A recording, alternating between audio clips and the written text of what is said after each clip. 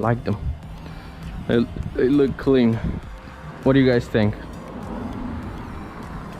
So what do you guys think? I think it looks pretty clean. I like the white and black look over the red.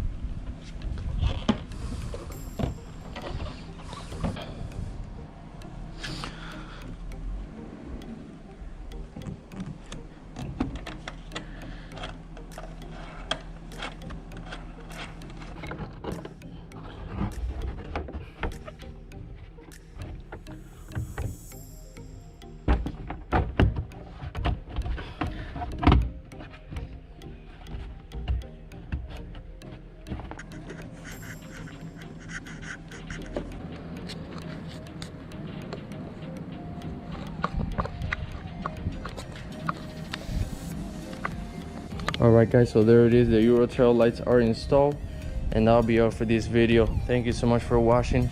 Like, subscribe, and I'll see you guys in the next one. Bye bye.